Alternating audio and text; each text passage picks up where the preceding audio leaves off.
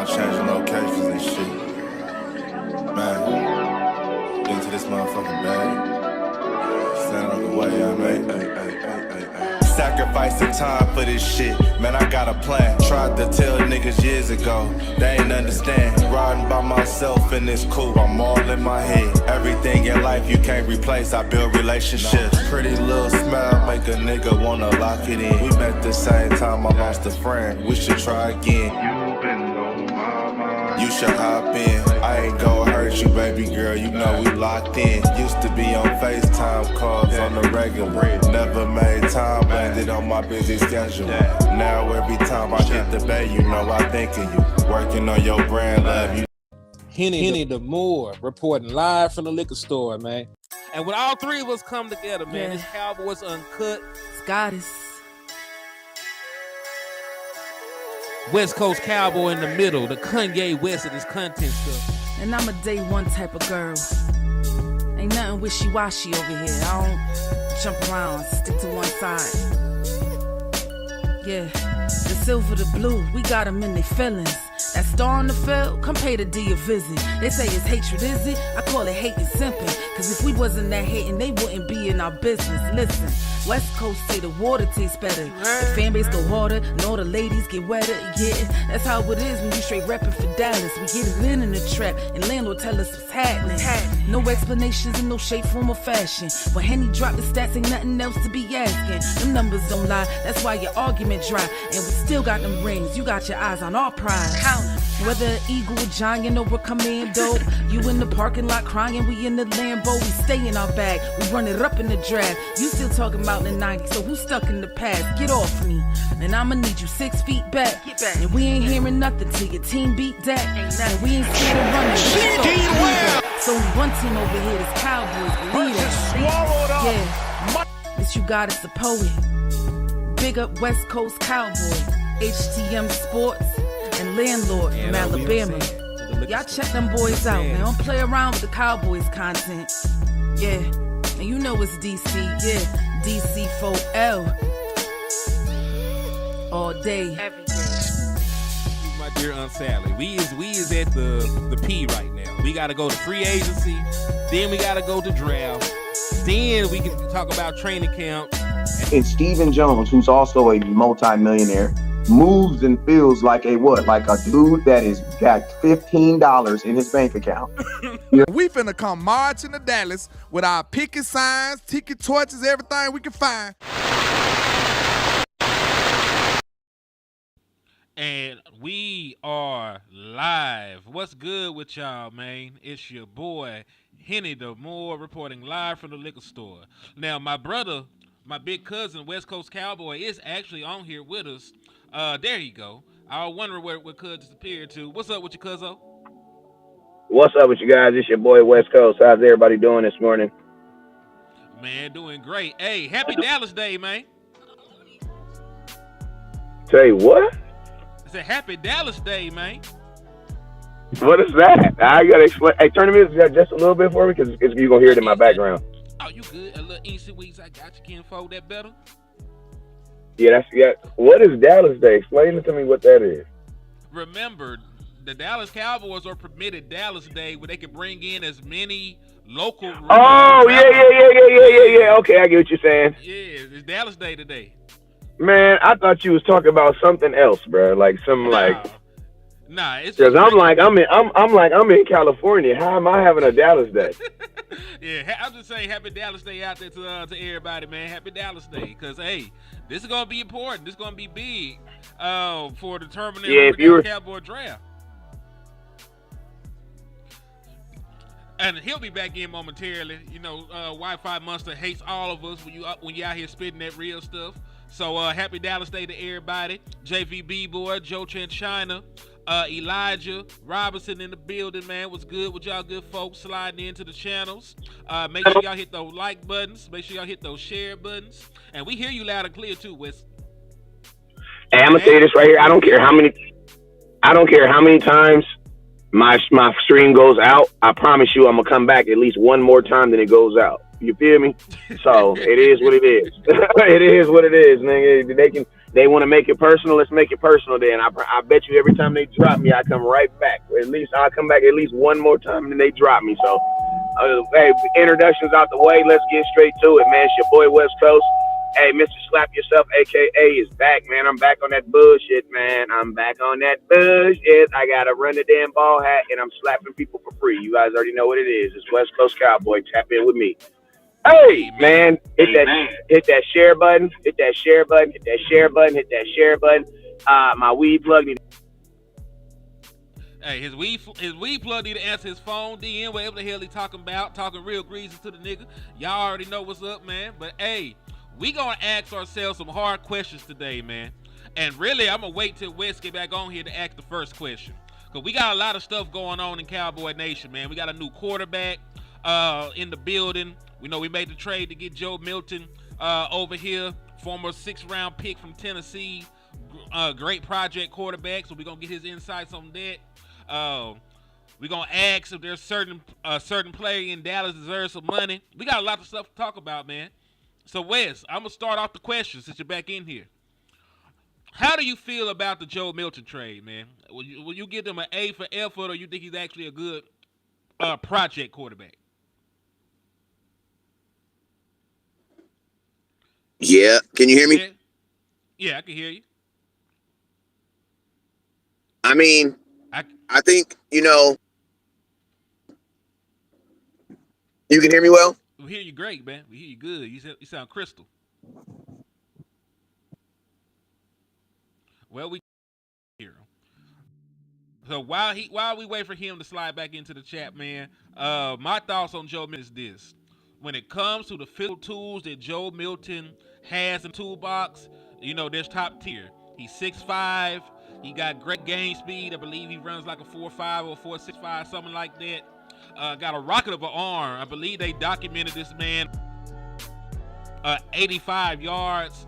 So when it comes to like the physical traits for a quarterback, he has the prototype build, right? He has the big body build, the athleticism, the arm strength.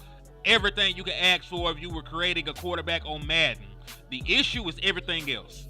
Mechanics, decision making, stuff like that. That's why he's a project.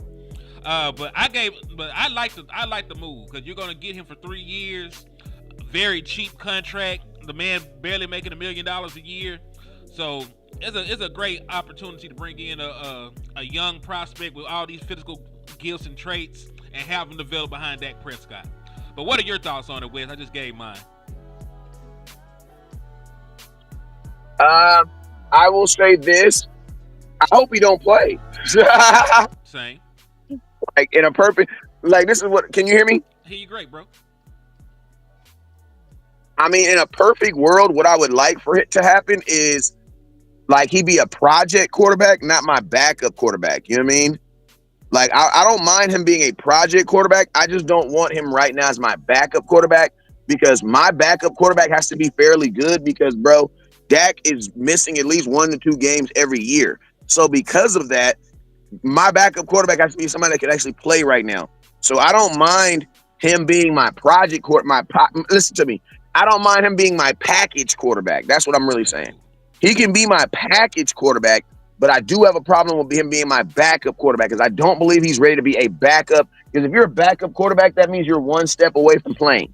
I don't believe he's 1 step away from being a starting quarterback in the league right now. You know what I'm saying? And I don't believe right now if Dak was to go down that I would feel confident that our season would continue to go where it's going.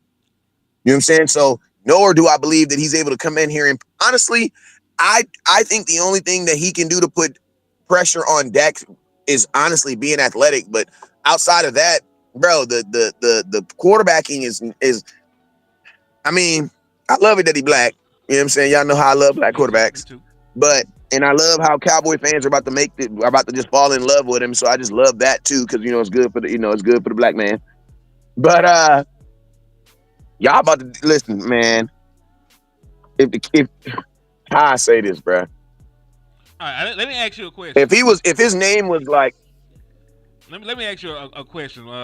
If his name was Paja Johnston, no, go ahead. Like for real, because it ties into this.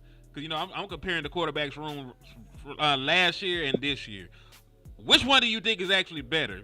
With that criteria, do you think the quarterback room last year with Cooper Rush and Trey Lance was better, or do you think this one right now with Will Greer and Joe Milton back at Dak Prescott? Which one do you think actually could win more games for you? Last year's. And I understand that. Because Cooper Rush is a better quarterback.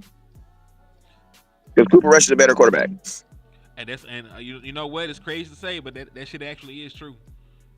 Like listen, I've never been high on Cooper Rush at all. But what I will say is that he has played and won multiple games as a quarterback in the National Football League. I cannot say the same for Joe Milton. I know that Cooper Rush got a little pop gun arm. I know he ain't gonna get the ball far down the field.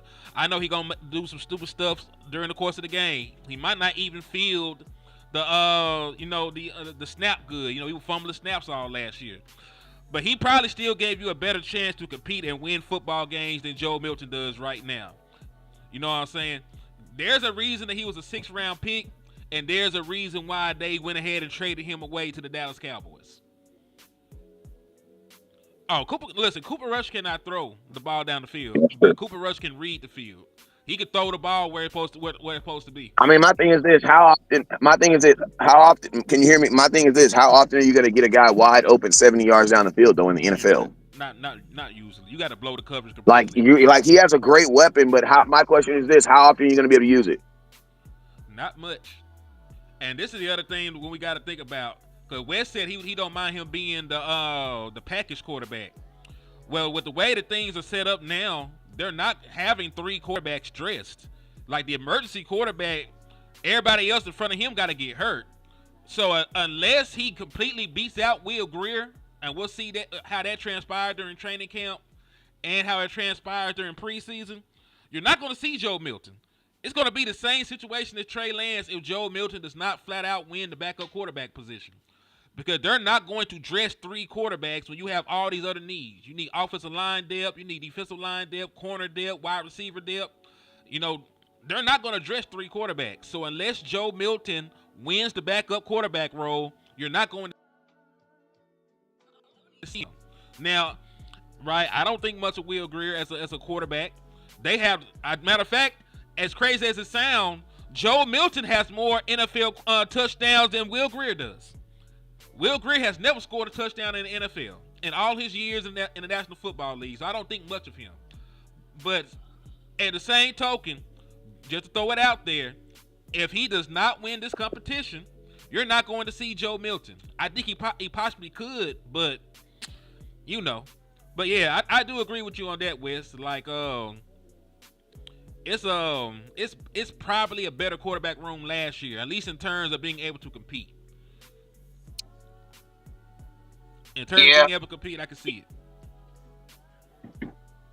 I mean, Cooper Rush. Like, my question is this: who is Cooper Rush backing up right now? Lamar Jackson. There you go. That right there lets you know how good of a backup quarterback he is. Why? Because Lamar Jackson is, when it comes to health-wise, he's the same as Dak Prescott. He's going to miss at least 1 or 2 games a year. You know what I'm saying? And remember, Lamar Jackson was out 2 years ago in the playoffs for them. So you have a team like Baltimore that goes and gets like Cooper Rush, knowing that there is for sure a chance that he can play. Now, I think it's kind of weird because Cooper Rush is a different quarterback than the quarterback they currently have. And you guys know, well, if you've watched my quartet long enough, you know I don't believe in that. But one thing I believe that your backup quarterback should be the exact same make and model as your current quarterback. You know what I mean? It should just be a difference of him not being better than your current quarterback. But if you have a quarterback who can move the pocket and move around, you know what I'm saying, in the offensive line, then your backup quarterback needs to do the same thing so you can be able to move your offense the same way, or else your offense is going to change. Like Baltimore, it might not be like it shows you how good Cooper Rush was, but in my opinion, I wouldn't have brought him in because Cooper Rush is not like a freaking Lamar Jackson. He's more like a Patrick Mahomes than he is a Lamar Jackson. Cooper Rush ain't running. You know what I'm saying? Yeah. But you know what I'm saying? I digress. What do I mean? The only thing I do like about this is he does have traits that your starting quarterback doesn't have, and that's the athleticism. And but his biggest trait is his biggest arm, and I don't want to see Joe Milton throwing the ball. I don't want to see him throwing the football. Like, I know all y'all want to because you guys have optimism and you already know what Dak is.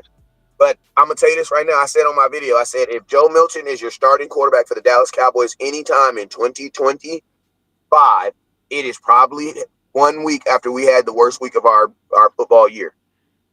Yeah. The only reason he should be throwing a football, and I'm gonna tell you right now, he should be your third quarterback. Because I believe right now, if you had to evaluate all three of them in your offense, it would probably look like Dak, Will Grier, and then him. Because remember, at least Will Grier was in this offense. I'll give you that much. But they don't. Nobody knows what the offense. Nobody knows what the offense is going to be though, because we got a new offense coordinator. So yeah, that is also true too. So I'm optimistic. The only thing I'm gonna say is like preseason is going to be lit this year. The same way that it was lit for everybody that wanted to see Trey Lance play football. You saw a lot of Trey Lance. I'm actually interested to see what Joe Milton can do. But I don't want it to just be the Joe Milton show like it was with Trey Lance. And they just disregarded trying to run the football and establish that early on. Disregarded getting Cooper Rush snaps. I want to see Will Grier play just as much as Joe Milton. I want there to be an actual quarterback competition. Because I want the best backup quarterback playing. If Joe Milton can actually win the job, I'm down with it. You know what I'm saying? But outside of that, don't give the boy nothing. yeah, I'm gonna tell you this right now. I don't want to develop any quarterback right now. I am saying, like, I can listen to me. If you want to go sit behind Dak and get better on your own, go ahead. You know what I'm saying? But I'm not putting any type of, like, Dak is still very much in his prime, bruh. And the expectation is trying to do everything you can to put the weapons around him to make sure he can still be on his goddamn feet. Because I'm gonna tell you this right now: if Dak can't do it, Joe Milton for sure can't do it. And I don't even understand why fans be doing that. Like Shady McCord and his dumb self talking about some Dak, get you a realtor because if you have a season like you did last year, hey, Joe Milton might send you packing. Hey, bro, Joe Milton couldn't even get the job in New England. Yeah.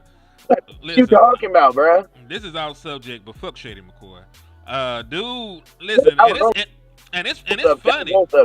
It's funny, dog, because Shady McCoy was a horrible playoff performer at the running back position, but all he ever talks about is what other folks did. You know he never played in a playoff game where he started and won. Like every time he started in a playoff game, his team lost. They have never won a playoff game with Shady McCoy as a starting running back ever in his life. But all he opened his mouth to talk about is playoff performances and showing up. He was riding the bench watching Patrick Mahomes and Tom Brady lead those teams to the Super Bowl, right? So I don't understand where he gets off talking about folks. It's like he projecting. It's like he projecting his insecurities onto other people. Because we just being funky. Dak Prescott is a much better playoff performer than Shady McCoy bitch ass ever was. Never had a 100-yard game. And I'm going to tell you this right here. Dak Prescott, and theoretically, Dak Prescott is a better quarterback than probably he's ever played than he's played with in Philadelphia. Oh, yeah. Yeah, no doubt. That's what I'm saying. So I listen. Shady McCoy He only got good quarterbacks when he left on free agency and went to Patrick Mahomes and went to Tom Brady. But other than that, Dak Prescott is the best quarterback he would have played for in his career. It just depends on what you think about McNabb. That's it. Was he there with McNabb? I think he was. Well, at that point of his career, though, you know what I'm saying? You're probably right. Because he got McNabb at the end he got McNabb right before he went to Washington, right? You know what? You're right, because he played with Mike Vick he played with Mike for a little bit. I think he played with Mike Vick for like a year or two. So yeah, you're probably right. I think Milton is a weapon. Then to be fair to Mike Vick, because Mike Vick is a Hall of Famer, Mike Vick would be the best quarterback he played with. Because Mike Vick is a Hall of Famer. Yeah. In my opinion, Mike is a Hall of Famer. He should get in. He transformed how the game is played. They ain't put that boy in yet. What? How is that not possible? Mike Vick's been done way longer than 5 years. Has he played in 5 years? Oh, I'm trying to see when the last time Mike Vick played. He might not be eligible yet. But he should be. I don't give a damn about numbers when it comes to Mike Vick because he revolutionized how you play the quarterback position. I know a lot of folks might try to hold that dog shit against him, but man, if Brett Favre didn't get taken out of the Nobody cares about that. Brett Favre didn't get taken out of the Hall of Fame for what he did, man, then like shit, leave him in. Matter of fact, Mike Vick went in. I mean, it doesn't even matter because it has nothing. Hall of Fame is only about your football. It has nothing to do with your personal accolades. It should, but we know how the voters do, man. They do weird stuff all the damn time, and I hate that shit because there's always stupid stuff they look at and nitpick with this Hall of Fame stuff, man.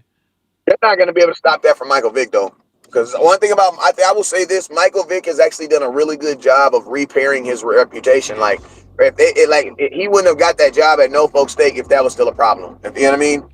Because now you're representing a whole university, and plus you're representing the people who give money to the university. So before Michael Vick got that job at Norfolk State, they had a private meeting with all them. I'm going to just go ahead and say it. White people. And when I say white people, I mean really, really rich people. I don't mean black. I'm not talking about color. I'm talking about status. You know what I mean? He had I promise you, had a meeting with all them higher ups. You know what I'm saying? To make sure that they were okay with this image being projected on them. Because it's like, you know, once you deal with somebody on a regular basis, it's guilty by association, or you win. You can win because of them. You know what I mean? Like if everybody knows I do shows with Henny and Henny do shows with me. That means we're associated. So that means if I start wearing Philadelphia Eagles gear, they're gonna be like, "Damn, is Henny an Eagles fan too?" They're gonna be like, "No, that nigga's crazy." Now that nigga West, he needs that dope. He needs some dope. Y'all so crazy. So, hey, Wes, I do got a tougher question than that because I think we are on the same accord with what we think about Joe Milton, right? So, I'm gonna just go out there and say it. There was a tight end that got all. Question, because this is the question I need to ask from you though. Where do you rank him currently? Because I told you my ranking where I rank him currently on this team. Out of the 3 quarterbacks, where do you rank him? Honestly, man, I think he might be able to beat Will Grier, but I got to see him play. I haven't seen enough. It really goes like Dak Prescott. Then we got 2 incompletes. I ain't seen a lot of Will Grier, and I ain't seen a lot of Joe Milton. Dak is hurt. Can he walk, or he just can't walk? Oh shit, yeah. Hey, matter of fact, before we move on, I got a second question for you because I'm not really high on Will Grier. Does acquiring Joe Milton stop you from drafting a quarterback in like the 7th round or 6th round? I mean, if you draft a quarterback in the 6th or 7th round, he's probably not better than either one of those dudes you just said. I think to get a quarterback that's better than Joe Milton and better than Will Grier, you're probably going to have to draft him in like the 5th round. And I'm going to tell you this right now, for people that are saying that he's definitely quarterback number 2, and you've never seen him play in a Dallas Cowboy uniform, and he only played 1 game last year, you're doing exactly what we need to stop and what we said we're not going to do. And you know what that's called? That's called crowning people. You guys like to crown people just because you don't know what they are. Stop doing that shit. That's why we in the situation we are right now. That's why I had people ordering Andy Dalton Cowboy jerseys. That's why I had people ordering Trey Lance Cowboy jerseys. Why? Because you guys like to crown people. You cannot say anyone's definitely something if you've never definitely seen them do it. That's fair. You guys out here saying that he's definitely better than someone. Bro, only thing we know for definite is that you've never seen him do it. Yeah. Like, that's the only thing you guarantee. You've never seen him do it. How are we putting guarantees on stuff that we've never seen someone do? And think about this. In order for Joe Milton to be that guy, he's theoretically going to have to play his best football. So you know what that means? That means that the New England Patriots missed. That's what that means. Just like the Raiders missed on Amari Cooper. What did they do? Because they traded him too early. Amari Cooper still had a lot in the tank. Damn sure a whole lot. So what you basically, we end up winning that trade. So the question is, do the Cowboys see something in Milton that New England, who needs a quarterback, bro? New England needs a starting quarterback and possibly a backup. He has played NFL football, but we have to remember the situation. All those people he played against were backups. The Buffalo Bills had already won a division. They had nothing to play for. Nobody important for that team played. They emptied the bench when Joe Milton played. Buffalo knew they were losing that game going into that game. They didn't need it. They didn't need it. So he played well. Don't get it wrong. I'm not going to take anything away from him. The same way that I crucified Trey Lance for throwing 5 picks in the preseason game, I'm going to give him some love for playing well in a regular season game against backups. But it does not mean that will translate to what we're going to do in preseason, to this offense, or to anything. So let's wait to see how it plays out. Because I would hate for y'all to get y'all hopes up about Joe Milton and that you don't see him play at all in his tenure in Dallas like what happened with Trey Lance. All of y'all were sure that Trey Lance was going to take Cooper Rush's job and then backdoor and take Dak Prescott's job. The man is out of the NFL right now looking for a job. He did not play but one full game for the Dallas Cowboys in his entire tenure here. So that's all I'm saying. Like, we just did this shit with the last quarterback. And I'm not saying it's going to play out like that. I just want y'all to calm down and wait. Just see how it transpires. Because I do like Joe Milton, but I don't want us to set him up for failure either. Yeah, and I'm gonna tell you this right now. Don't think that we're gonna put him in the game and let him Michael Vick either, because that's not his trait, bro. His strongest traits are him throwing the football. Mm-hmm. Listen to me. I love how when people see black quarterbacks, they automatically think they just like Michael Vicks and stuff, and they just be zipping and moving. But guess what? That's also a detriment too, because a lot of times when people think that way about them, they think they can't throw the ball. Like Cam Newton was that first athletic quarterback that showed us that he could come in here and really, because Michael Vick can throw that football too, but Cam can really launch that thing.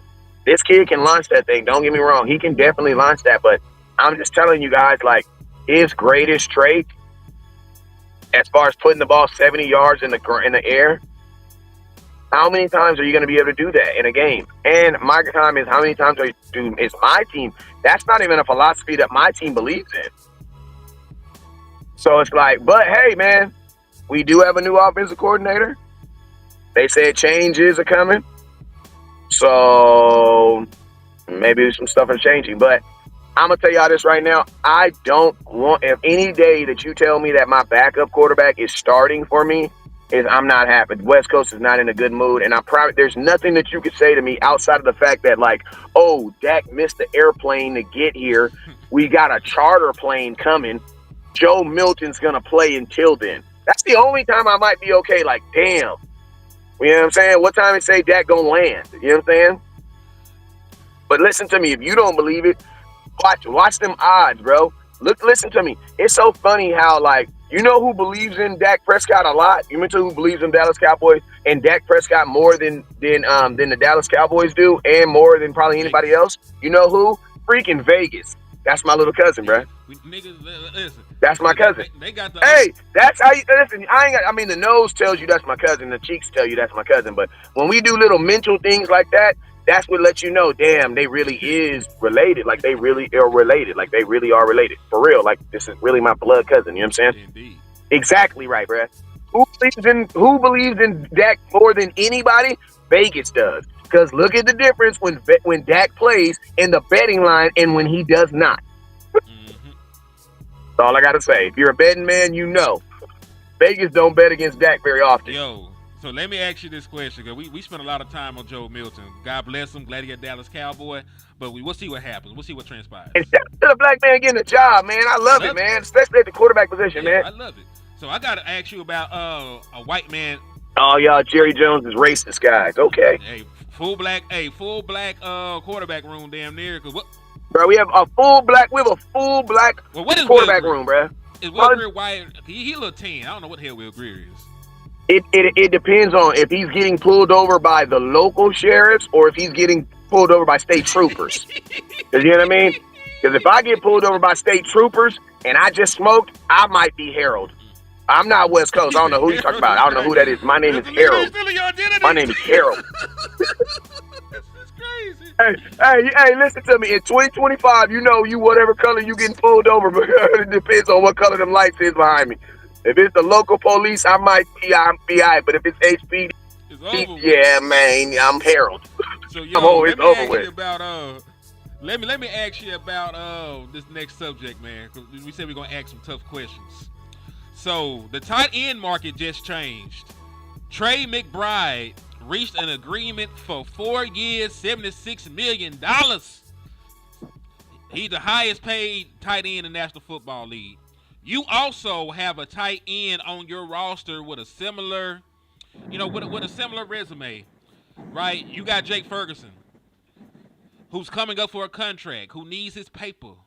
But honestly, do you give Jake Ferguson an extension? Because I don't think he'll take a team-friendly. I'm gonna tell you this right now, Henny, you are wrong, man. You are messed up. You're messed up. And I'm gonna tell you this right now. I love you, but you're not doing God's work right now. You know why? You doing the bad people work right now. You want to know why? Because there's no way in Jesus Christ and his greatest enemy, the devil who lives in hell, that you was bringing up Jake Ferguson and Mr. McBride in the same sentence. What's wrong with you? What's wrong with you? So knock it off, Henny. Now you gonna have these people out here saying technically he could get McBride money because if you look, bro, I'm gonna ask you this question. Listen, I'm not hating on nobody's numbers because numbers never lie. But all I'm gonna say is, do it feel like we got a McBride on our team? That's all I'm gonna say. That's all I want to know. Of course not. But that's not. It don't. Okay, so no, you can't pay that. No, you cannot pay that. I'm not saying you should, but I'm just saying the market is what the market is. And we seen lesser cornerbacks than Deron Bland reset the market. You know, we love J.C. Horn. We wanted the Dallas Cowboys to draft him. He only played like 37 games, and now he's the highest paid corner in football. That was crazy to me, bro. He got all the money in the world. Ain't no money left. Ain't no more money left, and he got it all. And I'm a J.C. Horn fan. And listen to me, I'm a J.C. Horn fan. I'm a big fan. I know his dad real good with his real cool for his fans. But even I wanted to draft Horn over Micah Parsons at one time. Keep it real. I remember. But how he became the richest quarterback. I mean, think about this. You know, Sauce Gardner only has like 3 interceptions in his career. So it's like, bro, it's amazing what they be using to, like my boy Boss Cowboys say, enumerate these guys. You know what I'm saying? But I'm not letting this go. I love you, Ferguson, but bro, you better slap yourself. I don't even think you're the best tight end on this team. The best tight end on this team just can't stay healthy, bruh. Like, literally, if I'm the Dallas Cowboys, my boy John Stevenson, bro, you're banned from preseason. You're banned from training camp. Bro, you're going to go work out with a private guy, and then when the first game of season comes, I want you to just show up at the field. I don't even want you working out with us because I don't want you – everything's just like you get hurt right before the season starts. I need you to actually play in the season so we can actually show these folks that we got a good-ass tight end right now. The motherfucker just can't stay healthy, bruh. 81 Stevens is that dude, bruh. He is that dude. He just can't freaking stay healthy, or at least he can't stay healthy during preseason. Nah, he can't at all. And I do like his skill. That's why I say, John Stevens, you ain't playing preseason or you ain't playing preseason this year, bruh. But hell, the sad part about it is if they draft another tight end, he might have to so he can keep his job because there's a deep tight end room. Spanford, Jake Ferguson. They spent their second-round pick on Schoonmaker. So he might have to play to retain his roster spot, bro. Yeah, I mean, this is the thing. Cowboys not paying Ferguson. They would have paid Schultz. They're not paying Ferguson. They're not. I mean, they franchise tag Ferguson. I mean, they franchise tag Schultz. But at that time, we didn't really have nothing else to do. You know what I'm saying? We have a lot of stuff to do right now. I don't see Ferguson getting paid. I don't see him getting paid. And listen, I like Jake Ferguson because I like his mentality. But like I was telling Boss and Land and them, man, he only has one real season of production. He only had like 100-some yards his rookie year because all the shows were still. And that was 2 years ago. Yeah, he went crazy. His second year, he was a Pro Bowl tight end. And then I know he had the knee injury. I know he had the head injury. But he underperformed this year, right? He definitely underperformed this year. So he has 1 year out of 3 of real production, and he's going into the final year of his deal. So I don't know if I could pay him that kind of money. Dog. So we really might have to. The robot voice came, man. You good? I think you got attacked by terrorists or something. It's like a cyber strike.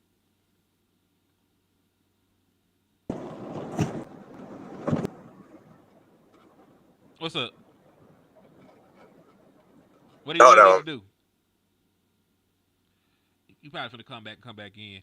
I don't know if I could pay Jake Ferguson. What y'all think in the chat box, man? On both sides, on West's page and my page. Would you pay Jake Ferguson based on what you know about Jake Ferguson. Would you pay Jake Ferguson? You can put yes, no, put a Y, put an N, put something in the chat box, man, because I'm trying to figure out what y'all would do. Also, in the meantime, make sure y'all hit that share button, make sure y'all hit that like button, and make sure y'all hit that Cash App, man. Mine is $Henny the more. I'm still beefing with YouTube right now. This is for the love of the game. They don't pay me no ad revenue. They don't promote the content I drop anymore. Me and Landlord blackball like that with YouTube right now. So if you want to support your independent content creators, man, hit the Cash Apps, $Henny the more. My boy Cody said, I wouldn't do it, Henny. I don't blame you. I'm leaning towards not wanting to pay the man either. Hey, I like Fanning. I don't know if you know about the kid from Bowling Green, but he just went for 1,550 yards this year and 10 touchdowns, being a primary weapon as a tight end. And he went crazy against Texas A&M, and he went crazy against Penn State. So he already performed against NFL caliber players. His name is Harold Fanning. If he's there in like the third round late, I probably would take him if we got everything else filled out. I ain't gonna lie. Right now, I would probably say tight end, like standard tight end, is probably the easiest position to call in the NFL right now. He'll be right back. So yeah, I wouldn't mind getting Fanning. He said Mason. Is Mason the boy from LSU? I can't remember. I done looked at so many different guys. He said Arizona coach came from there, so offense may be involved. The tight end a lot. Span forward can be better this year if given a chance.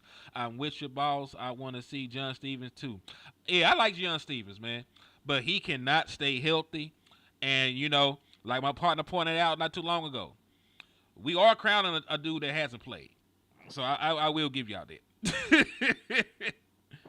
Say it again. I was talking to my folks in there, but I was talking about Fanning before you left.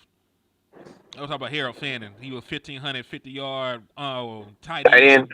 Yeah, he went for 10 touchdowns last year, and he performed against 2 ranked teams. Penn State. He had over 100 yards against Penn State and Texas A&M. I mean, 100 yards as a tight end in college is good anyway, because teams are not throwing the ball to no damn tight end, bro. But they use him everywhere. They use him in the screen game. They use him as a mismatch. Like dog is dope. Dog is dope. It said Boss Cowboy said trade him for some draft capital. Who? Jake Ferguson. I mean, listen. I'll be honest with you. I also believe in trading players. If you know you're not going to give them a contract extension, trade them and get something. Because if you don't sign them, they're going to walk for free. You'll get nothing in return, and they'll sign with another player, another team, and be prosperous, right? So Dallas Cowboys got to ask themselves some more tough questions. If you're not going to re-sign Jake Ferguson, you probably need to go ahead and trade him right now and get something back for him. Because even if it's a late round pick is better than nothing. Because if he walks in free agency, you'll get nothing. Well, you'll get a compensatory pick if it meets the criteria or whatever that is. Yeah, and that's gambling. I like having a bird in the hand rather than 2 in the bush. Dallas Cowboys don't though, I don't know why the Cowboys like compensatory picks so much. We're like the only people that see jail as a positive thing. You know what I'm saying? Well, he's in there. I'm just saying, like, for real, like, have you ever met that dude that's like, yeah, man, I went to jail, but, it was good, though, because, when I was in there, my credit, I didn't have to use my credit, and I didn't have to pay for, listen, man, I didn't have to pay for years, dog. 3 years. No, that's not the way you're supposed to be looking at it. That's not the way we got to stop looking at bad stuff. You know what I mean? Like, some of this stuff is not good. You know what I mean? Oh, yeah, they crazy. I mean, yeah, you're not getting much. You're not going to get much for Ferg right now anyway, but something is better than nothing. Like, let's say we could talk somebody into giving up a 5th or a 6th round pick for Jake, right? The comp for Jake Ferguson might only have been a 7th round pick. So you still won, because if he walked and you only get a 7th round pick for him, and you could have traded him for a 5th, you technically still lost out on the value. You know what I'm saying? So, something to think about. Said they ain't going to move on from Ferg. If he produces 2025, they can franchise tag him, right? If he underperforms again, let him walk. But why would you franchise tag a tight end? Especially when the tight end market has increased so much. right? Because what's the tag for a tight end gonna be this year? Like $15 million. You gonna give him $15 million guaranteed out of the, out of the salary cap? I gotta figure out what the franchise tag is, and I hate using the franchise tag because it's still cheaper to re-sign them. You know what I'm saying? Like you're hustling backwards when you use the franchise tag. Dallas Cowboys love to do it, but there's also one of the reasons why the Dallas Cowboys never sign anybody, but they constantly have cap issues. Dallas Cowboys are one of the cheapest teams in free agency, and they still have cap issues for the very reason like that. They wait to pay people, and they like franchise tagging players. That shit do not work out. I hate doing that, and I hate that they even humor doing that as much as they do. Doing what? Say it one more time. Franchise tagging players. I mean, we just got to stop looking at franchise tag as a positive thing. That's all that is. Like, we're the only people that look at franchise tag as a positive thing. Everybody else they be dreading the fact giving a player a guaranteed money for 1 year. Like, that don't make no, especially in the NFL where everybody is going to get injured you could fake an injury, get injured in the NFL. It's too easy, bro. It's a contact sport. Yeah, cause listen, think about this. They talk about franchise tagging Jake Ferguson. Well, if you franchise tag people in the NBA. They don't even do that in the NBA. Yeah. So think about this much guaranteed money for 1 year of Jake Ferguson. $13.8 million. And that's this year. It'll probably go up in 2026. So if you were to franchise tag him this year, the franchise tag this year is like 13.8. So next year, when you have more cap responsibilities, right? When you have bigger cap hits next year, you're going to give him a guaranteed, it'll be about 14 by then maybe? If it increased by like a hair. I'm good on that. I'm good on that. I'm good on that because that's too much, especially for a player you're not sure about. The question is this: is Jake Ferguson a $13 million player? Not even that he's a tight end, because if he's a $13 million player, you can figure it out. We can figure something out. You know what I mean? My question is he a $13 million player in the NFL? No, he's not a double-digit $1 million player. No, he's not. Yeah, you need a little bit more body of work to say that you are something like that. Bro, when you're making $10 million in the NFL and you play offense, that means you put stress on the opposing defense. I'm sorry, but I don't feel that Jake Ferguson is consistently putting stress on anybody else's defense. So what am I paying? The reason why CeeDee Lamb is making $30-some million is because you have to account for him everywhere he's on the field. Even when he's not getting the ball, you got to know where he's at. Yep. To piggyback on what he's saying about CeeDee Lamb, you got to roll coverage his way. You got to double team him. You got to bump him at the line. You got to read the red. You got to do something to account for CeeDee Lamb. Your entire defensive strategy changes to account for the fact that CeeDee Lamb is on the football field and you got to worry about him. So what Wes is saying is very true. He puts a lot of stress on the opposing defenses because you got to do a lot to game plan for him. Like, you're circling CeeDee Lamb's name every time you go up against him. You got to stop 88. You got to stop 88. You can't let him get think about this. And think about this. When you make that type of money, the question is this. When you're making that type of money, the real question is, can you affect the game even when you don't have the ball in your hands? Like, when you don't have the ball in your hands, what can you do for me? Right? Because think about this. Imagine if you married a woman that could only cook good on holidays. Let's say, hey, we're going to have to pretend every day Valentine's and every night's Christmas. We're going to have to pretend then. Man. So I have a different line of question for Wes. I think we're also on the same accord with the tight end. I think we're on the same accord with the tight end. We don't want to give that man that kind of money. And I like Jake Ferguson. I can't see myself. Yeah, I don't think we can give him that kind of money, bro. And I like him, but I don't think you can give him a contract, especially if it impacts the way that they think about doing these other deals. I need Tyler Smith. Like, I need Tyler Smith. You know what I'm saying? I don't think I need Jake Ferguson. You know what I'm saying? Because they're coming down the pipeline around the same time. Because Tyler Smith is also eligible for a contract extension. Matter of fact, if we talk about impact, I probably will work out something with DeRon Bland before I work out something with Jake Ferguson.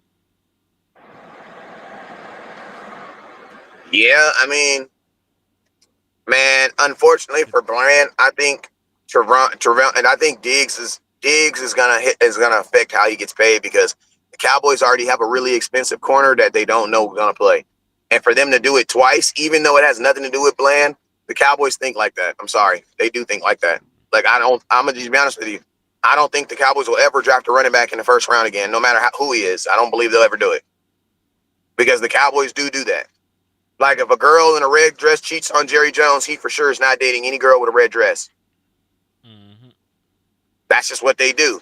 But think about this. But if one girl out of all the women in the world have a red dress on and she do something nice for Jerry, he's gonna think that every girl with a red dress is gonna do something nice for him. So it's weird. You gotta take the good and the bad. You know what I mean? Well, you gotta take it all. You know what I mean? I understand that. Believe me, I do. Like I mean, example. I'm gonna give an example. Why was there so many Boise State players on our team? You wanna know why? Because they got a cheap one from there one time and it worked, and they just kept trying to replicate it. Yep. Why do you think the Cowboys don't want to invest any money in actually buying a good quarterback? Because they found Dak Prescott in the 4th round. They found Tony Romo in the goddamn undrafted free agent. Mm-hmm. They gonna bleed. Listen, they gonna bleed that well dry. Yeah. So when the Cowboys feel that they've learned something, they got something, bro. What do? They keep on doing it. That's what they do. Yeah. When they find a pattern, they try to milk this shit. You ain't lying. You ain't never lied. But see, the difference between Bland and Jake Ferguson is that he has multiple seasons of top flight production. Even as a rookie, he had 5 interceptions. The year after his rookie year, his sophomore season, he was an All-Pro and set an NFL record in return touchdowns. I know he got hurt this year, but he has way more production than what Jake Ferguson gave you. So, like, he's a safer bet to give a contract to. Right, because I don't think he'll be bad this year. Like, he'll probably have a Pro Bowl, All-Pro season again if he stays healthy. I don't know what I'm going to get from Jake Ferguson. I just can't guarantee anything from the young man. Yeah, I mean, and I will be honest with you, bro. Jake Ferguson, he hasn't necessarily proved to me that first season was even a season worth like. Because, bro, like in the NFL, it is very. Yeah, listen, you have folks that are flash in the pans, one season wonders. Do y'all remember when Peyton Hillis ran crazy and became a Madden cover player, and then you never heard from him again? Like that shit actually happens. You can have one premier season and then never do shit in the NFL again. Yes, sir. Can you hear me? Yeah. All right, my stuff. I should be way more stable now. All right, cool. All right, so yeah, what was we talking about, Jakey? Yeah, we were talking about Jake. You finna say something about Jake. I was gonna say this: when the Cowboys realized that Jake Ferguson was worth good, instead of finding out if they were gonna pay him, they should have traded his ass, bro. Like, that's the one thing about Cowboys that we don't understand. That like we don't be believing that players can only maybe he only had a good season so that we could use him as a trade commodity. Like, we don't be believing that. Like these other teams, as soon as he would have had that Pro Bowl season, you know what they would have did? They would have traded him. Why? Because you just got an asset for nothing. You know what I'm saying? So now you have a guy, now you're trying to debate if you want to pay a guy who hasn't performed at the level worth paying, but he's still on your team and he's still very much important to what you do on your team. See, that's the thing that sucks, is when you're paying guys who are simply important and not because of their necessarily skill set or even what they do. Like, if they pay Jake Ferguson to be based off the fact that he's our starting tight end, you know what I'm saying? But they're not paying him based on the fact of what he actually brings to my offense. Because I'm gonna be honest with you, I haven't seen Jake Ferguson be Jake Ferguson for so long that I just don't even know. That might just be who he is now. You know what I mean? Like, he is a guy that can have moments.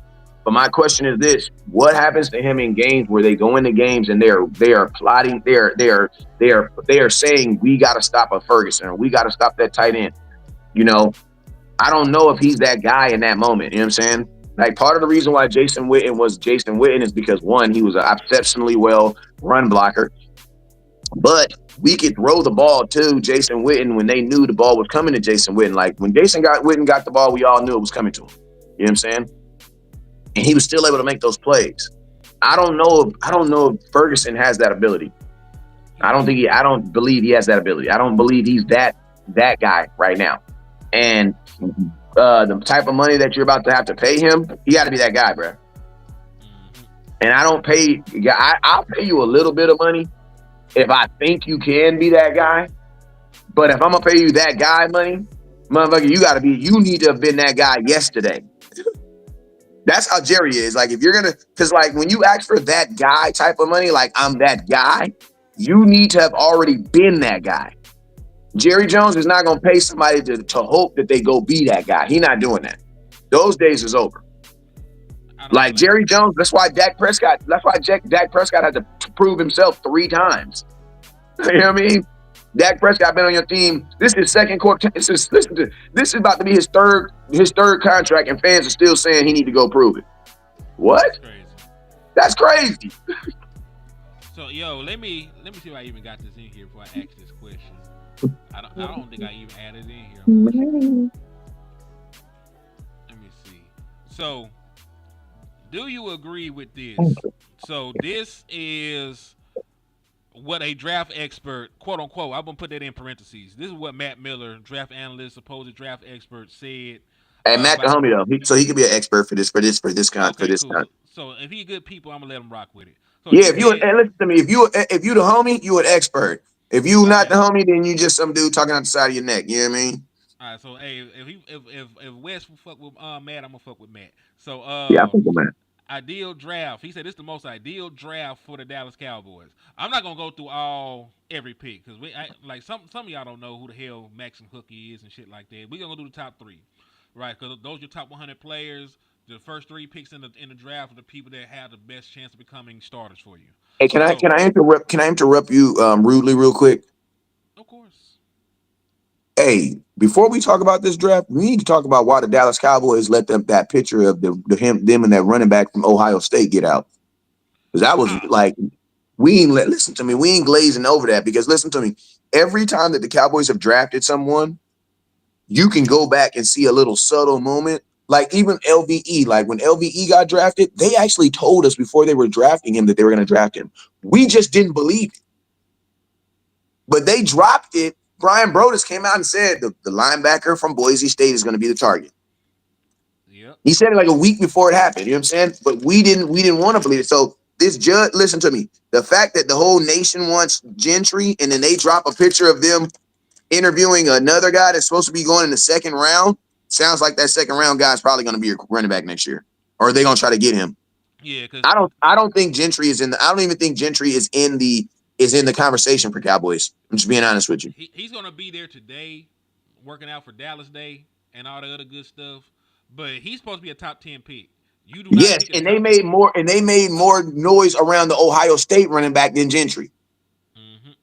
So yeah, I'll say this: your second round pick is either going to be Quinshon Judkins, who took a picture with Jerry Jones, or it's going to be Siobhan from East Carolina, who took a picture with Jerry Jones. But it's for sure gonna. I think you're right. I like what you're saying. I do believe my second round pick is going to be a running back. Well, it's gonna be that running back, or it's gonna be that corner, because those are the 2 guys that took pictures and shook hands with Jerry Jones at their 30 visit. Those are 2 pictures. It's Quinshon and it's Siobhan. And listen, Siobhan would be the most dangerous one because of this. He's a guy that might have went in the first round, but he got hurt. You know how they like projects in the second round. I wish they just get the healthy, dominant running back in Quinshon Judkins. That's what I want. That's what I'm pushing for in the second round. That's what I'm pushing for. Yeah, because he was supposed to be a first round pick talent. Mm-hmm. Listen, I love the SEC so much, man, that if you lead the SEC in rushing and you played all these dominant defensive tackles and defensive ends that they're going to end up playing on Sunday, I like you. I would definitely agree with that. That there are certain things that you can do. If you're a starting offensive lineman on Alabama, you're pro ready. Yes. You lead SEC. You lead the listen to me. I'm gonna keep it 100. If you lead the SEC in any positive stat, you're pro ready. If you're the number 1 kicker in SEC, motherfucker, you're pro ready. You're ready. Mm-hmm. You're ready. Those pressure kicks. Those are big ass games, bro. Those 77,000 fans every game. Yeah, you're ready. You're ready. So let's run through this real quick. Matthew Golden at 12, probably the fastest of the first round wide receivers, right? Tyleek Williams, dominant one tech, also has some pass rushing ability. Anchored the middle of the defense for Ohio State, was one of the big reasons that defense was able to win a natty. Dylan Sampson had 22 touchdowns this year, ran for over 1,500 yards in the SEC. So those are the top three. So if that ended up being your draft, West Coast, you have one of the most dynamic wide receivers in the draft. You have one of the best defensive tackles, and you have a very good versatile running back with your first three picks. What would you grade that on a scale of 1 to 10? Well, you know how I am with grading drafts. I don't like grading drafts until after year one, after they play. Because I like to grade them on what they did in the NFL, not what they did in college. But I will say this: if Matthew Golston is my number one pick, I'm gonna be okay regardless, man. Because two things: if Golston is on this team, I do want to figure out the way to get Milton on Joe Milton on this team, because you now have a receiver who can go get that 70-yard pass.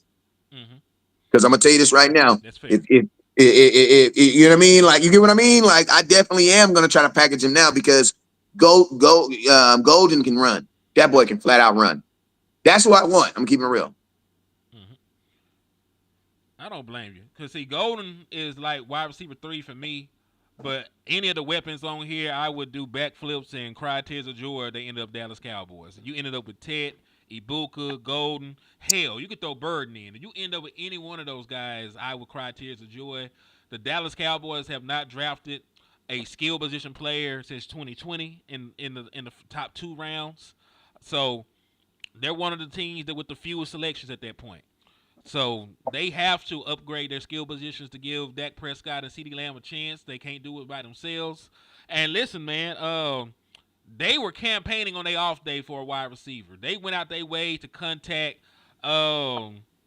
what's the boy from the Rams? Cooper Kupp. They went out their way to contact Cooper Kupp, asked him to be a Dallas Cowboy, and Jerry Jones looked them dead in the eyes and said, "Nah, man, we good. We don't need him." So listen, your 2 highest paid players on the offense were campaigning for a running mate, and you told them no in free agency.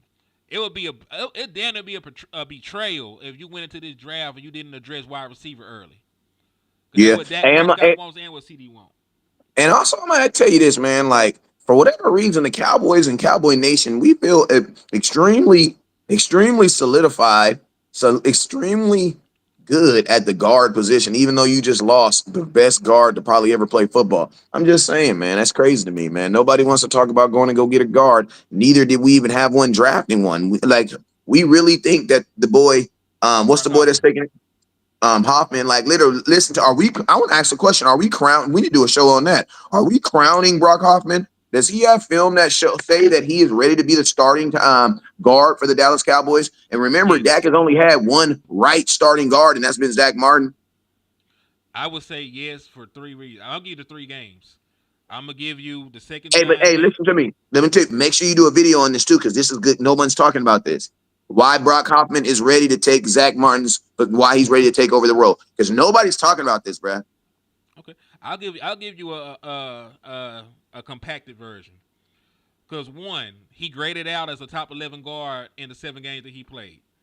2, he beat up on Dexter Lawrence so bad he made that man get on Twitter talking crazy. That man was deep in his feelings. Go look up they little Twitter exchange. That man had Dexter Lawrence deep in his feelings. And Dexter Lawrence is one of the best defensive tackles in the National Football League. 3, he's put the work in, and he's actually improved year in and year out since he got to Dallas. Now, I understand it's a small sample size, it's 7 games and not 17, but I also believe in player development. And if you remember, the last 3 interior players that you had left Dallas and played good football. Connor Williams went to Miami. He was getting all-pro consideration before he got hurt and his career was over.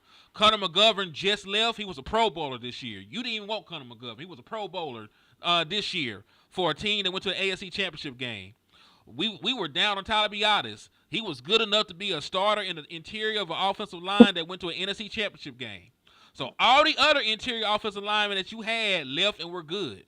I believe that Brock Hoffman is the next person in line to do that because of what we've seen from him so far.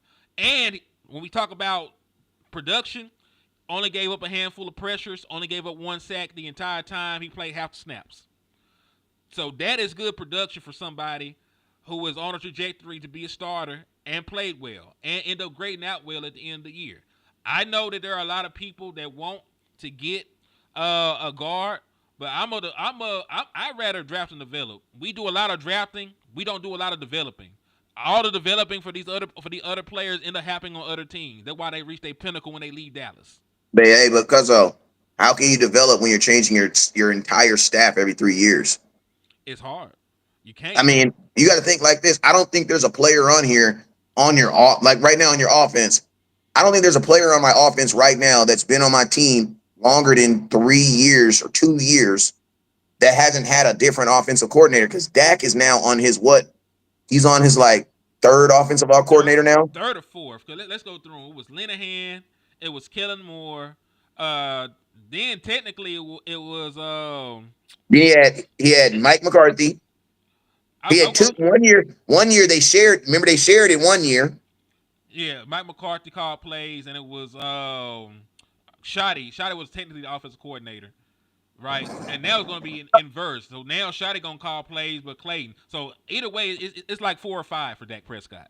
4 or 5. Well, think about this. How about this? He's had how many different offensive coordinators? Different. Linehan, Kellen Moore, Mike McCarthy, and now Clayton Adams. We just talk about who calling the plays. So that's what? 4. So, and he's only been in the league 9 years. He's had 4 different people. Think about that. He's been in the league 9 years. He's had 4. That's every 2 years he's averaging someone else calling plays. Bro, where are you developing? Honestly, that's why I believe the Cowboys can't even take credit for developing Dak. Bro, you changed too many times around him to say that you developed him.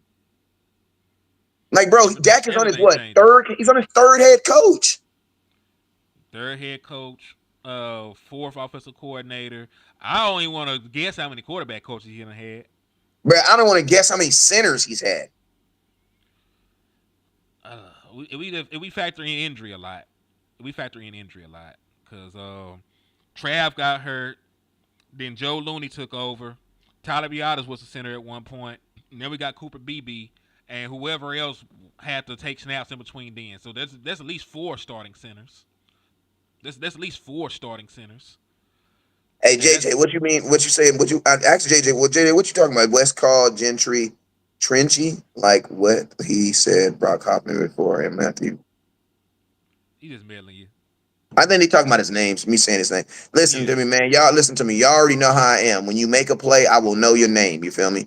The same thing my mama told me. My mama used to call what she used to call. It was the kicker. I forgot the kicker's name. She used to always mess up. And we were on live, and someone said, "Why your mom always called such and such and such and such? His name is such and such." And my mom said, "Well, if he make a kick, I promise you, I'll learn his name." I'm basically saying, like, what you gonna help me make a dude's name? He ain't even doing his job. Tell him to do his job, and I'll learn his name. So if I'm messing somebody's name up, let them do their job up. I promise you, they come do their job. I promise you, I'll get their name right. I ain't got no problem saying Dak Prescott. Yeah, you mean? CD Lamb running. I got to say their name. Yeah. Hey, you know, hey JJ, I say it how I'm supposed to say. I say it how it's phonetically.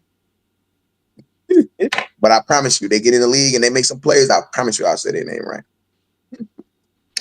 How you say it? It's Gentry though, right? Is it Genty? I think it's Genty. I think it is Genty. What's up, man? I don't think there's an R in that boy's name. Yeah, I think it is Genty. I gotta look. I ain't sure. I ain't 100% positive. Yeah, I've been calling him Gentry. Yeah, I see what. Yeah, you got me on that, JJ. You right on that one, JJ. JJ, like. Yes, indeed, man. Yeah, you right on that one. That was that boy from America, and I got him sounding like he was from Honduras. But yeah, man, it's been about an hour now, man. We can wrap up. I do have a couple things to do. Yes, Lord. Hey, man. Let's run through these comments real quick, and then we get out of here. All right, cool. Hey, I like Amarion Hampton, running back from North Carolina. He's mine. That's actually my guy. The guy I wanted. Like, I think it'd be dope if the Cowboys could get Golden in the first round and then get Hampton in the second round. Bro, you're winning. I fuck with Hampton too.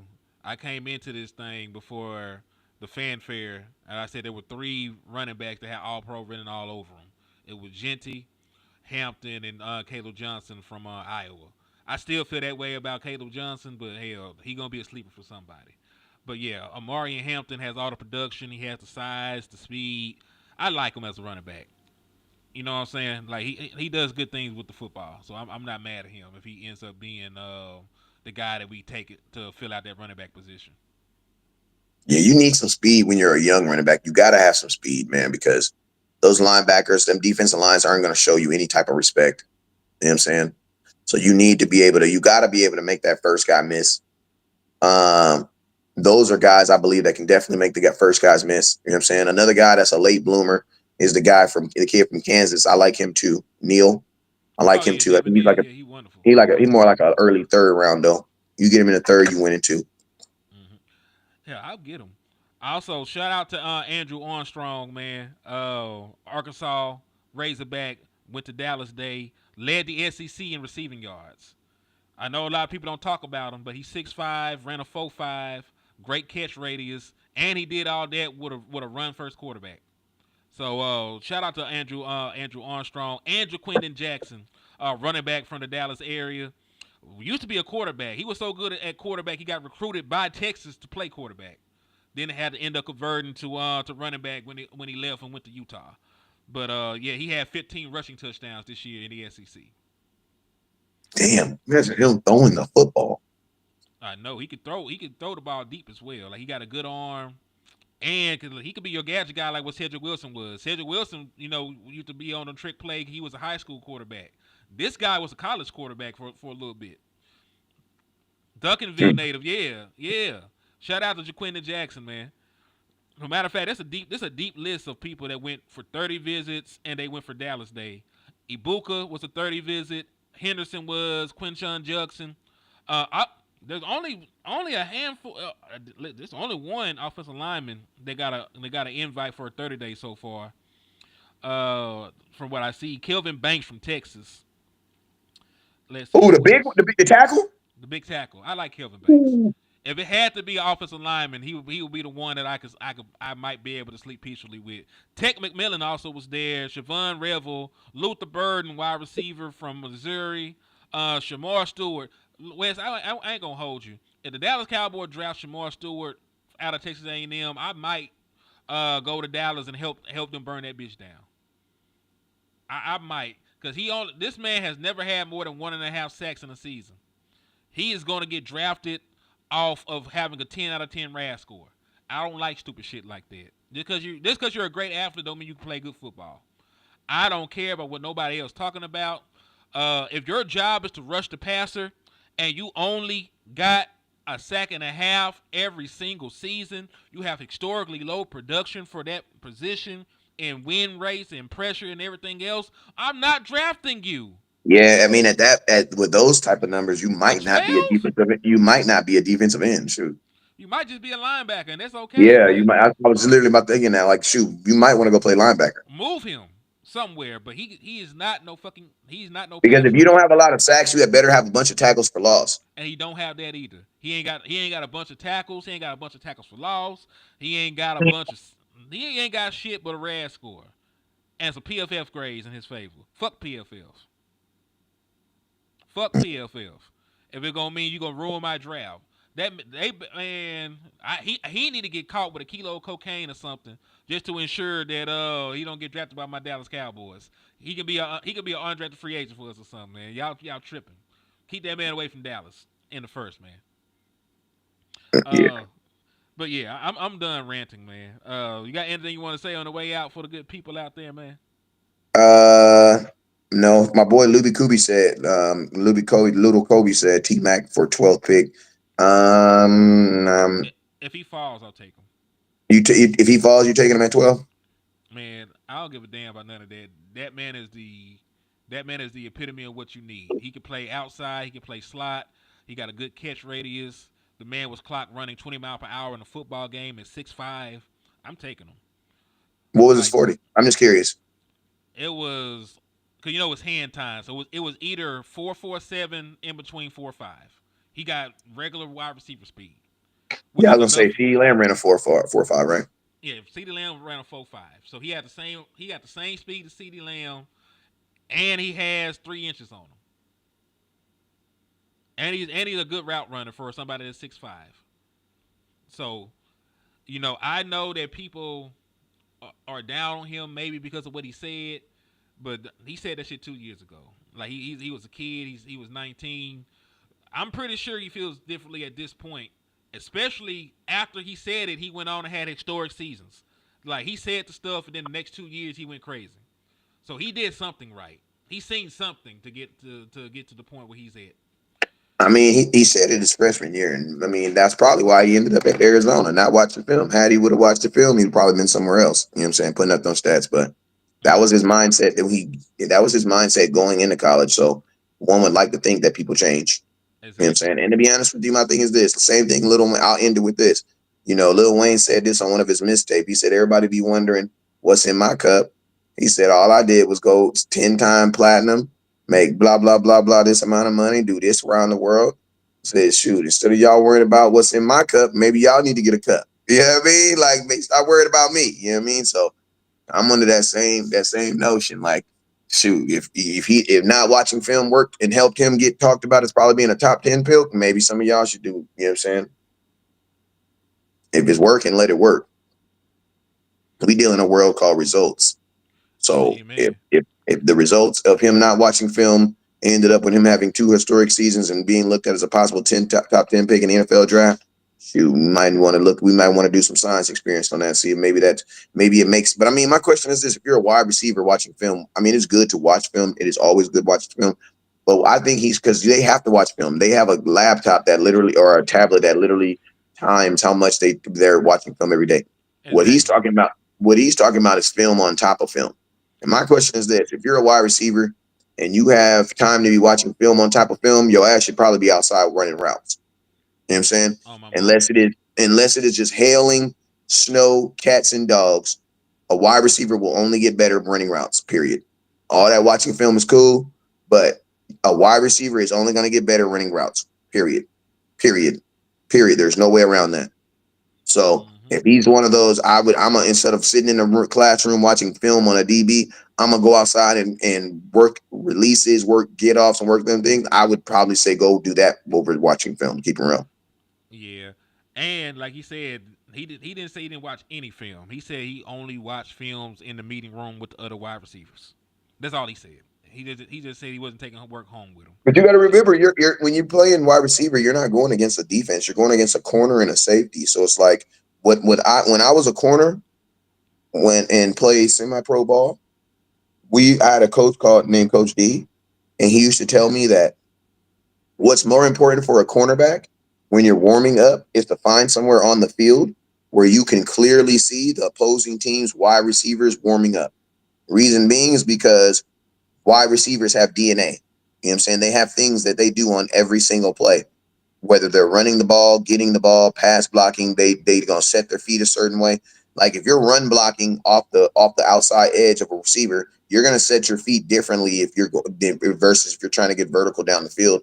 Because if you got a run block, that means you're about to get off fast and you're about to go impact somebody. You better go run into somebody, basically, at the wide receiver position. Because, wide receivers ain't blocking no damn linebackers. They just going to run into them for 2 seconds. And if you can get by, then, hey, that's what I got for you. Dez was the last of the wide receivers that run block. But, yeah, you know what I'm saying? So that's what I'm saying. Like, watching film, random film on teams, I don't think that necessarily helps a wide receiver. It'd be more beneficial for him to understand the DNA of the corner he's going against, and it makes more sense for him to understand what he's going to do against that. So yeah, I wish you wouldn't have said it, because it's one of those things like, bro, why would you say that? But because there's no benefit for you actually saying it, even if it is true. Mm-hmm. But I don't mind him saying I don't mind him believing in doing more routes and being outside more. Like I'm pretty sure if you ask Dez, what do you think is more important, watching film on defenses or outside running routes? I can almost guarantee you Dez is gonna say run routes. Even DeAndre Hopkins, Devontae Adams said it, and he said this 3 years ago. They asked him Devontae Adams. They said, "Well, you were telling young receivers if you only have one thing to do, what's the most important thing to get better?" And you know what he said? He said, "Cut out all that Instagram drill stuff. Cut out all that this that." He said, "Man, just go run routes. There's 9 routes in a route tree. You need every route to look exactly the same, and you need to be proficient in every run. Just go run routes. Run as many routes as you can." And to be honest with you, that's what I do with my sons. Like some days I don't have nothing to do for them. We just go run routes. Like even if we don't even got a ball, we just go run routes. Because at the end of the day, that's what's going to. If you can get open, it doesn't matter if you're fast. You have some guys like Cooper Kupp who are not very fast, but seem to always get open. Yeah. And then being fast don't mean you're going to get over too. Ask John Ross. I mean, yeah, he out the league right now, ain't he? Well, he was the person that had the fastest 40 until Xavier Worthy came and broke it. Xavier Worthy is the only guy with a 4.2 40 that's actually worth a damn. Most of them dudes that be running them 4.2 40s, they be not even worth a damn after they run it. Except for Randy Moss. Like, that man was a freak. Because he ran that 4.2 at like 6'3", 6'4". Like that man, they made Randy Moss in the lab somewhere down there in the country. They ain't telling me nothing. They ain't telling me nothing. But yeah, dog, this been a damn good show, man. I miss doing content with you, cuzzo. We got to make sure we do this shit more often, man. Because hell, it was a vibe. Yes, sir. Well, you guys already know what it is, man. Make sure y'all hit that AC. That makes me hear me says. Okay. I don't mind ACC players. I just won't get ACC corners. I'm sorry, them scores be way too damn high. If you're an ACC corner, that means you have given up at least 3 or 4 touchdowns at some point, because them scores be like 50 and 60 points, bro. Unless they from Florida State. At least that was back in the day. Florida State used to have some good corners. But you get what I mean? Like, bro, Yeah. them cornerbacks are programmed. They know they're gonna give up 1 or 2 touchdowns in a game. At least. Might be 3. Yeah, go give me a SEC corner who knows he can't give up a touchdown. Why? Because that really might be the difference between them winning and losing. Mm-hmm. So yeah, man. I don't know. Make sure, hey Dallas, draft more SEC players. That should be a show, man. We might well do a show about SEC players next, because I like SEC everything. SEC wide receivers been hooping. SEC corners been going crazy. Pat Surtain just won Defensive Player of the Year. He from Bama. He ain't from no bullshit little comfort. He from Alabama. Hey, listen, I can't let landlord hear me talk good like this. I gotta hurry up and get off the show. Y'all know what it is. You already know what it is, man. Never look